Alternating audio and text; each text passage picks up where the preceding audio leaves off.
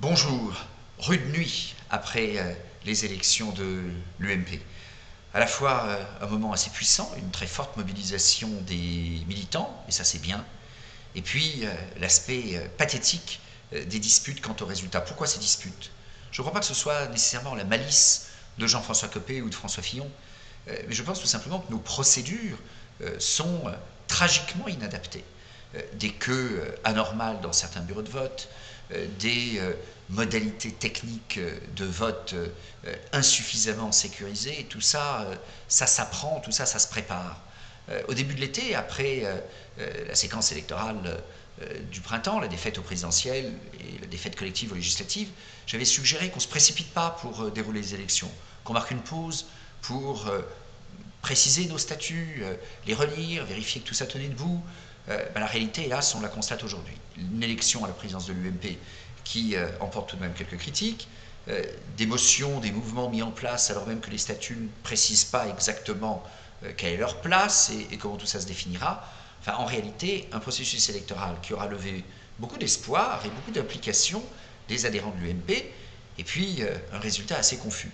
Et le problème, il vaut non seulement pour les adhérents de l'UMP, mais il vaut en réalité pour tout le monde.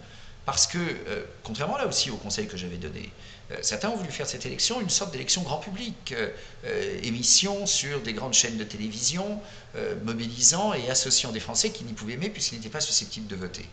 On a clairement un problème de gouvernance. On a un problème aujourd'hui pour définir ce qu'est exactement le vote d'émotion, pour définir exactement qui est président de l'UMP, c'est tout de même pas une mince affaire, pour préciser demain quel sera le mode de délibération. Voilà, alors tout ça ne retire rien à la motivation des adhérents. Ils sont extraordinaires d'être venus si nombreux dans des conditions difficiles hier. Tout ça ne retire rien à l'implication du groupe UMP à l'Assemblée et du groupe au Sénat aussi. Je crois heureusement les groupes parlementaires tiennent bon et je veux rendre hommage à la fois à Christian Jacob et à Jean-Claude Gaudin pour le rôle qu'ils jouent. Et puis, tout simplement, à la nécessité d'une opposition qui soit une opposition ouverte, argumentée et en même temps ferme.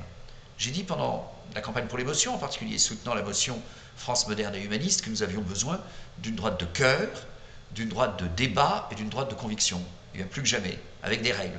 Alors si j'ai la satisfaction que dans la Drôme, la motion France moderne et humaniste soit arrivée nettement en tête, j'ai le regret de constater tout de même qu'il y a ce lundi 19 novembre beaucoup de gâchis, qu'il faut absolument qu'on se remette, que la commission de contrôle des opérations électorales fasse son boulot, que nous, députés qui avons fait le choix de ne pas nous engager pour tel ou tel candidat, prenions aussi notre responsabilité à remettre un peu de colle dans tout ça, et que en collant à ce qui doit être le scrutin le plus régulier possible, je le redis, s'il y a un doute, la COCE doit neutraliser un bureau de vote. Et puis elle le fait, et puis au final, sans a priori d'entrée, elle définit, proclame le résultat, et nous devons le respecter. Moi je le dis, à l'heure qu'il est aujourd'hui, j'ai voté, je ne me suis pas engagé, je respecterai l'énoncé de la commission de contrôle, quel qu'il soit, il en va de l'intérêt non seulement de l'UMP, non seulement le respect que l'on voit aux militants et l'ardeur au travail que l'on veut démontrer demain, mais c'est aussi par la cohérence, le crédit de l'opposition,